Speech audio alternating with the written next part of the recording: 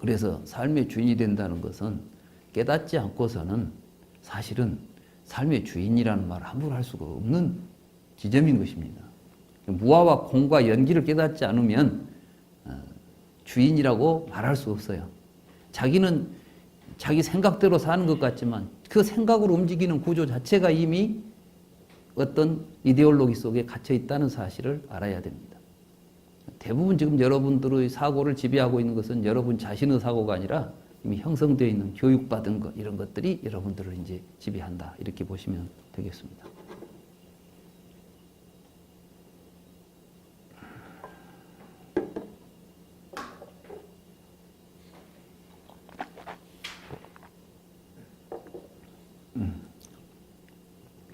그래서 오늘의 사회는 이제 모두가 다 이제 개인주의가 거의 일반화되어 있습니다.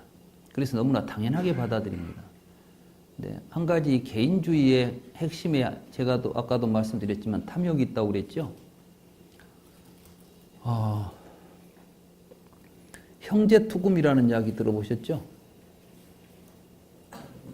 모르세요? 이건 고려시대 때 있었던 실화입니다. 옛날에는 뭐 책에도 나왔던데, 도덕책에도 나오고, 학교 다닐 때 이제 학생들 교과서에도 나왔던 이야기인데, 형제가 금을 구했어요. 금덩어리가 이제 생겨서 둘이 똑같이 금을 나누었습니다. 그래가지고 배를 타고 집으로 오는데, 강 한가운데 왔는데 형이 갑자기 금덩어리를 던져버렸어요. 강에다가. 동생이 깜짝 놀라고, 형님, 왜 그 귀한 금덩어리를 던져버리십니까? 그러니까 이것이 생기기 전에는 내가 너에 대해서 나쁜 생각이 없었다는 거야. 근데 이걸 갖고 있으니까 네한테 있는 그 금덩어리도 갖고 싶다는 거야. 이제 네가 없으면 저것도 내 것인데, 이런 생각이 일어나더라는 거예요. 그래서 이게 아주 나쁜 물건이구나. 이것이 우리 형제 간의 의리를 가르고 있구나. 이걸 내가 가지면 안 되겠다 싶어서 형제 간의 의의가 더 소중하기 때문에 나는 금을 버렸다. 동생이 그 말을 듣고, 사실 저도 이 금을 갖기 전에는 형님에 대해서 다른 생각이 없었는데 이 금을 갖고 있다 보니까 형님이 없었으면 나도 저 금이 내 것이 될 텐데는 생각을 나도 가졌습니다. 이게 탐심이에요.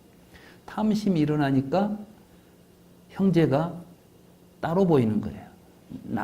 남으로 보이는 거죠. 우리나라 말은, 그래서 저는 우리나라 말이 굉장히 좋은 말이라고 봅니다. 우리는 나라는 말을 잘 안 씁니다. 마누라도 우리 마누라라고 그럽니다.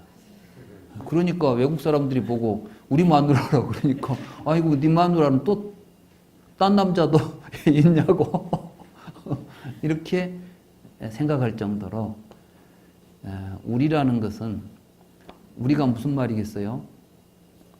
우리입니다. 울타리안.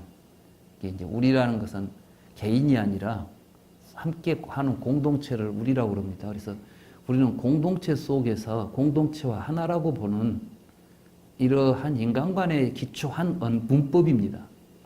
근데 이제 또 서양 문법에 도취된 사람들은 우리나라 문법은 엉망이라는 거예요. 단수와 복수도 구별을 못하고, 나와 우리를 구별을 못해가지고, 무조건 우리라 한다는 게 애매하다는 겁니다. 천만의 말씀입니다. 언어는 정신입니다. 그들의 의식입니다. 그게 애매한 게 아니라 그렇게 우리는 살았던 것입니다. 우리의 의식이 그런 것입니다. 그러니까 우리라는 말을 부끄럽게 생각하지 말고 이제는 자랑스럽게 생각해야 된다고 저는 봅니다. 우리나라 말, 자랑스러운 말입니다. 문법이 잘못된 게 아니라 훨씬 고차적인 문법으로 우리는 말을 하고 있는 겁니다.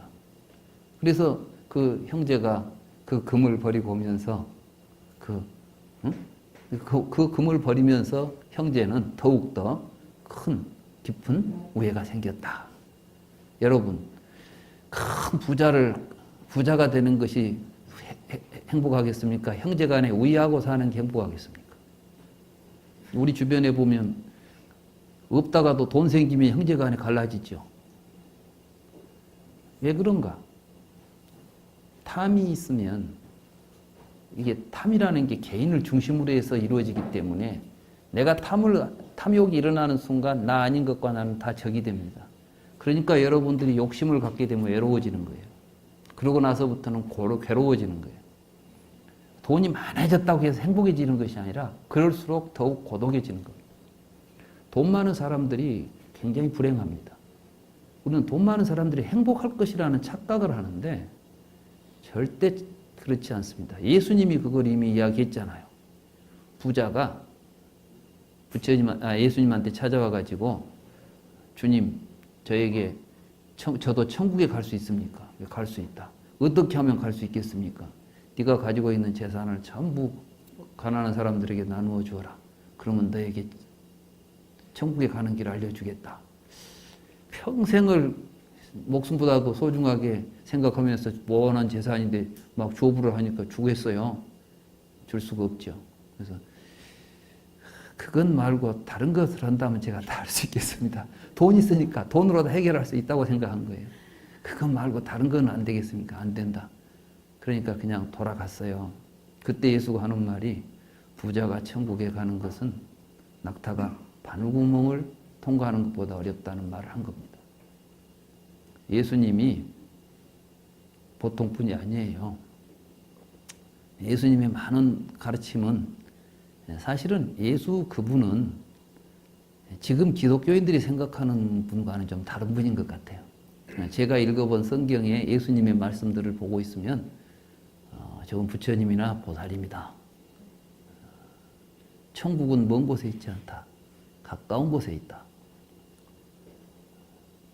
그런 이야기 있잖아요. 천국이 하늘에 있다면 나르는 새가 먼저 갈 것이요.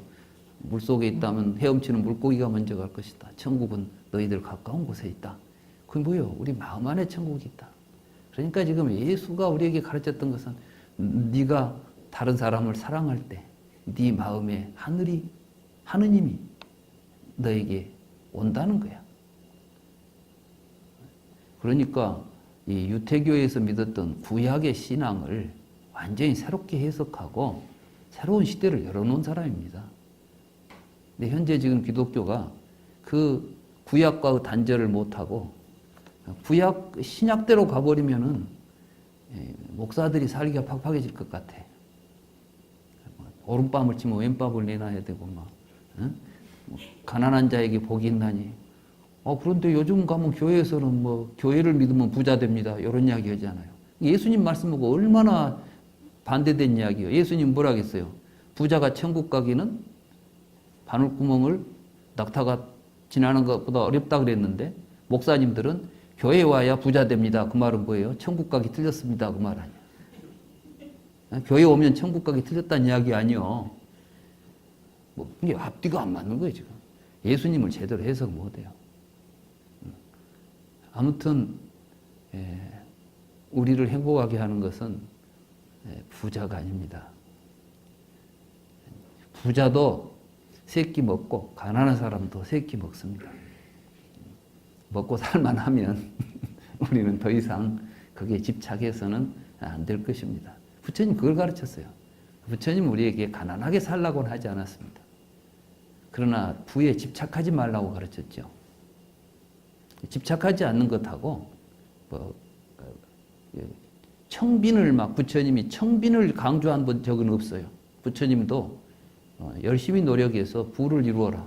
그 대신 그 부를 어떻게 사용할 것인가에 대해서 가르칩니다. 그 부를 나누어라 그랬어요. 그랬죠? 보시하라 그러잖아요. 열심히 일해서 부를 축적하고 너 혼자 가지려고 하지 말고 필요한 사람들에게 나누어 주는 삶. 이게 건전한 불교입니다. 그래서 사실은 탐진치에 속박되어서 탐진치의 노예로 살아가는 것은 주인된 삶이 아니기 때문에 해탈을 한다는 것. 불교에서 해탈은 바로 주인되는 삶을 의미하는 것입니다. 저는 불교의 여러 가지 종교적인 개념들이 역사 속에서 많이 왜곡됐다고 봅니다. 해탈 열반이 너무 추상화되어 있고 신비화되어 있습니다. 그래서 불교 공부하면서 해탈을 해야 된다 해가지고 해탈을 하려고 산에 가서 막 수도를 한대요. 해탈하려고.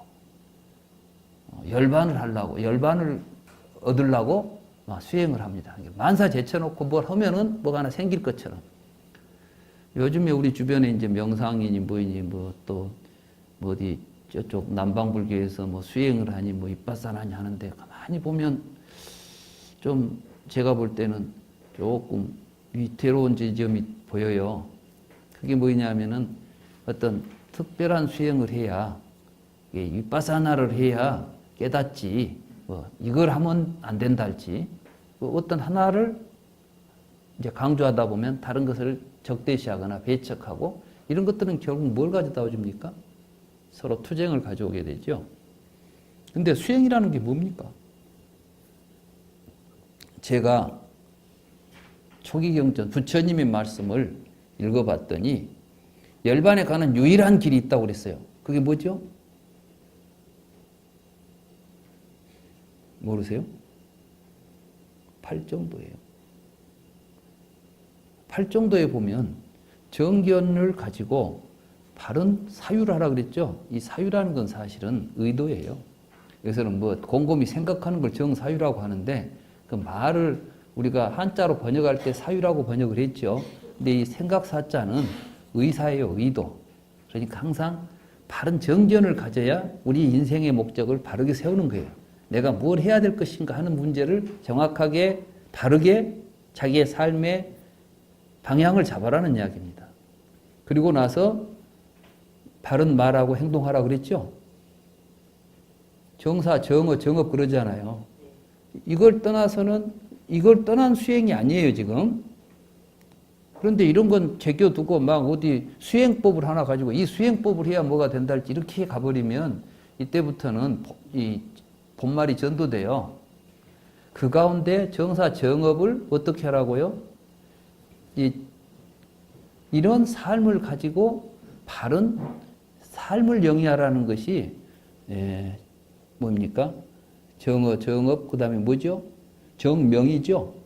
이 명이라는 것은 뭐냐면 직업도 명에 해당해요. 그러니까 이제 자기 생계를 바르게 유지하라는 거예요. 도둑질해가지고 먹고 산다거나 사기쳐서 먹고 살지 말고 정당하게 일하고 먹고 살라는 겁니다. 출가 수행자들은 어떻게 하는 거예요? 걸식해서 먹고 사는 거예요. 그냥 탁바르고. 이런 게 정명에 해당한 거예요. 자기 생명을 유지하는데 수명을 유지하는 방법을 정명이라고 그러는 거예요. 바른 직업을 갖는다거나 바르게 사는 삶입니다. 그러니까 팔정도는 처음부터 끝까지가 바른 삶입니다. 바른 삶을 살아가는 과정 속에서 이게 정진, 그 삶이 꾸준해야 되는 것이죠. 일상적인 삶이 항상 여일하게 끊이지 않고 이어져 가야 되는 것이죠. 그러니까 올바른 삶을 계속 지속적으로 살아가는 가운데 정념이라고 하는 이야기가 있잖아요. 정념. 이건 이제 사념처를 이야기하는 거예요. 구체적인 내용으로는. 근데 이것도 초기경전에 보면 출가자와 재가자가 팔정도가 좀 달라요. 출가자들에게는 연기를 관찰하고 이렇게 해가는 매우 깊이 있는 이제 그 관법이 나오지만은 재가자들에게는 일상적인 사회생활에서의 바른 삶으로 부처님은 이야기를 했습니다. 그리고 이제 정념이 오게 되면은 거기서 정정이 오게 돼 있어요. 정정. 그러니까 이때 선정이라는 것은 일상적인 삶 속에서 나타나는 안정된 마음을 의미하는 것이지 어디 산매에 들어가서 깊이 들어가서 막 체험하는 이런 선정 이야기를 하는 게 아니에요. 그래서 그 선정 속에서 뭘 하게 되냐 하면은 자기의 삶에서 일어나는 것을 계속해서 통찰하게 되면은 해가 생겨요. 해가 생겨서 처음에 자기 자신이 스스로 욕망으로부터 벗어나고 있는 것이 보이죠. 그러면 이제 이걸 보고 자기의 마음이 욕망으로부터 벗어나는 것을 심해탈이라고 부릅니다. 이게 탐진치 가운데 탐이 이제 탐으로부터 우리의 마음이 자유로워지는 상태를 느끼게 되잖아요. 그런 게 있습니다. 여러분들이 이제 부처님 가르침대로 살다 보면 뭘 그렇게 욕심내는데 신경이 안 쓰일 때가 이제 안 쓰이게 될 수가 있어요. 다시 말해서 뭐 있어도 저거 내가 가져야 돼 이런 생각이 아니라 있는 것도 누가 필요하다고 하면 아 그래 그럼 저 사람 줘야 되겠다 이런 생각할 수 있죠. 이제 탐이 사라져요. 그러면 이제 내 마음이 탐이 사라지게 되면 마음이 굉장히 한가해지고 편안해집니다. 이걸 보고 이제 심해탈이라고 그래요. 그래서 스스로 알게 돼요. 이제 공부하다 보면 나는 요즘 보니까 옛날 같지 않고 욕심이 별로 나지 않아. 그런다고 해서 의욕이 없는 건 아니에요. 하지만은 욕심에 매이지 않죠. 지난주에 제가 광주, 제가 격주로 서울하고 광주 왔다 갔다 하면서 공부를 하지 않습니까? 근데, 광주 개강한 날이었는데, 보니까 모든 뭘 싸들고 왔어요.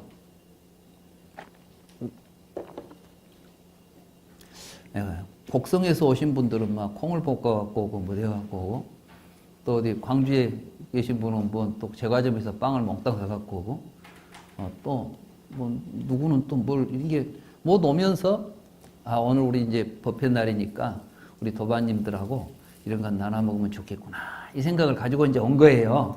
와서 널어 놓으니까 이제 공부하고 나니까 막 떡 먹고 뭐 먹고 막 이제 잔치가 벌어져. 근데 항상 그래요. 그 모임이. 제가 이제 그걸 보면서 그러죠. 이분들이 공부하면서 이게 진짜 수행이다. 그리고 서로 나눌 때 얼마나 즐거워요. 내가 내 것이라고 챙기고 있으면은 사실은 별로 큰 재미는 못 느껴. 불안하고. 근데 다른 사람과 같이 나눠 먹고 나면 굉장히 흐뭇하고 재밌어요. 행복감을 느낄 수 있죠. 해보세요. 되나 안 되나. 됩니다. 오늘 이제 화요일이라고 해서 화요 공부 모임이 이제 제 인사동 제 연구실에서 이제 하는데 동해에서 공부하러 오시는 보살님이 계세요. 그분은 저 동해 아시죠? 동해에서 여기까지 오는데 한 버스 타고 이렇게 지하철 타고 막 이렇게 오면 한 너댓 시간 걸린 것 같아. 아침에 여기 올라오면 일찍 일어나고 해가지고 온대요. 토요일 날 오지 일주일에 2번을 올라와요, 서울을. 여기 와서 같이 공부하는 게 즐겁고 도반들하고 같이 만나서 나누는 게 즐겁다 그래가지고. 근데 지난번에 올 때 약과를 만들어 갖고 오셨더라고. 이제 약과 있죠. 조청에 꿀에다 해가 오는 거 약과. 이번에 오면서는 또 이제 그러니까 정과라 그럽니까? 이 연근 같은 걸 이제 설탕이나 꿀에다 쫙 재해가지고 한 거 보고 뭐라 그래요? 요걸 또 다 해갖고 왔어요. 또 어떤 분은 또 떡을 또 해갖고 공부로 온 건지 먹으러 온 건지 잘 모르겠어요. 저는 사실은 여기서 공부하는 것보다 와서 같이 나누면서 행복을 느낄 줄 안다면 이런 데 길들여져야 된다고 봅니다. 저는 이게 수행이라고 봅니다. 저는 수행을 내가 성불해야 되겠다고 혼자 앉아서 막 경쟁적으로 하는 건 수행이 아닙니다. 이게 벌써 이 속에가 뭐가 있어요? 경쟁심, 투쟁이 있어요. 우리의 마음으로부터 다른 사람들하고 비교하고 투쟁하고 경쟁하는 마음을 지어가는 것이 수행인데 그런 수행을 하면서 내가 먼저 성불해야 되겠다 할지 내가 꼭 성불을 해야 되겠다 할지 막 이렇게 하고 있으면서 다른 사람은 1시간 자니까 나는 한번 30분만 자자 할지 막 이런 건 이건 이 자체가 공부도 아니고 이건 의미가 없는 거예요. 그래서 이제 바로 이렇게 이제 욕심으로부터 벗어나서 느끼는 해탈을 조금씩 맛보기 시작하면 이제 욕심에서 마음이 멀어지게 돼요. 결국은 이제 염리라고 그러죠. 염리. 염리하게 되면 이욕, 염리, 이욕, 해탈 이렇게 돼 순서가. 이제 맛을 들이면은 그 욕심내고 하는 게 이제 싫어요. 뭐 짜잔하게 욕심낸다는 것 자체가 이제 실증이 나버린다고. 실증이 나게 되면 자연스럽게 그런 욕심으로부터 멀어져 버려. 그러면 그때 우리가 해탈이라는 말을 써요. 그러니까 경에 보면은 염리, 이욕, 해탈이라는 말 자주 나와요. 보셨죠? 그것은 단순한 미사여구가 아니라 해보면 아 이게 염리구나. 이렇게 되면 이욕이 됐구나. 아 이때 스스로 알게 돼요. 아 나는 이제 내 마음이 탐으로부터 벗어나 있구나. 그러면 이걸 보고 심해탈이라고 그러고 그 다음에 이제 이 어리석은 생각으로부터 벗어나게 되면 연기의 도리를 정확하게 깨달아서 모든 것이 연기하고 무하고 공이라는 것을 통찰할 수 있는 힘이 생기고 모든 것이 그렇게 보이게 되면 해해탈이라고 그래요. 그래서 심해탈과 해해탈을 갖추면 구해탈이라고 그러고 그래서 구해탈을 통해서 열반을 얻는다. 이렇게 이제 이야기가 진행되는 것입니다. 그래서 이것은 일상적인 삶 속에서 일어나야 됩니다. 그러니까 너무 수행을 제가 하지 말자는 이야기가 아니라 수행을 바르게 하자는 겁니다.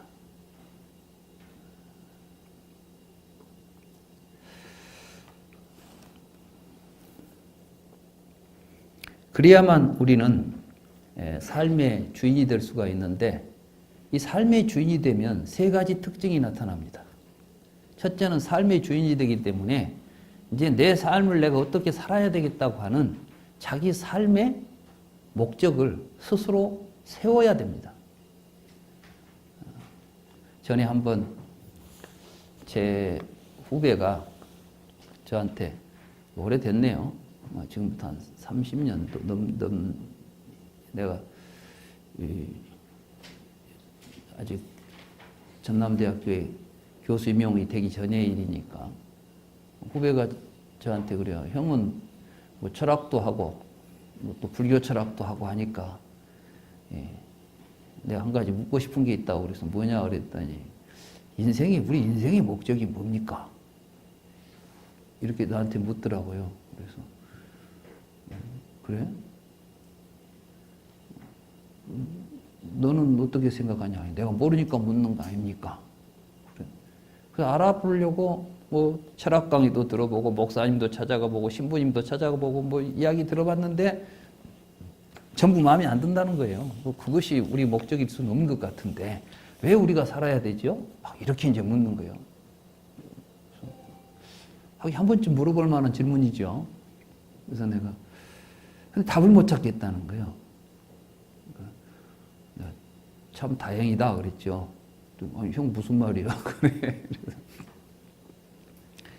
태어나면서부터 인생의 목적을 가지고 태어나는 사람은 종이다. 종은 태어날 때 이미 주인 뜻에 따라서 살도록 정해져 있는 게 종이야. 근데 우리에게는 어떻게 살라는 명령을 아무도 우리에게 한 적이 없어. 그러니까 네가 아무리 찾아도 답을 밖에서 구할 수가 없는 거야. 이거. 인생의 목적이 어디가 있겠냐. 그럼 없으니까 어떻게 하라고. 없으니까 그냥 이제 인생 목적이 없으니까 나는 아무렇게나 살자. 그 말이 안 되는 소리지 않냐. 너는 지금 인생의 목적을 찾았지 않냐. 네가 지금 인생의 목적을 지금 뭔가 찾고 다녔다면 없다면 어떻게 해야 되지? 네가 세우면 돼. 너는 이제 그래 누가 나한테 명령하지 않는다면 그건 네가 주인이기 때문이다. 네 삶의 주인이기 때문에 아무도 너한테 이렇게 살아라고 명령하지 않고 있는 거야. 그렇다면 이제는 어떻게 해야 되겠어? 그러니까 난 아무렇게나 살아? 아니야. 네가 목적을 찾았다면 네 목적은 네가 세워야지. 네 살고 싶은 대로 살아라.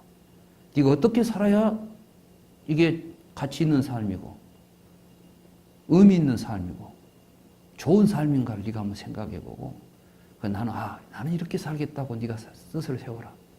인간이 그런 존재다. 그렇기 때문에 인간은 자유로운 것이다. 만약에 누가 이렇게 살라는 명령이 주어졌고 우리는 태어나면서부터 그 명령대로 살아야 된다면 내 인생에 무슨 의미가 있겠냐. 나는 내 인생을 산 것이 아니지 않냐. 그러니 네가 네 삶의 목표를 세워라. 그렇게 이야기를 했어요. 근데 그 말을 제대로 알아듣고 세웠는지는 모르겠어요.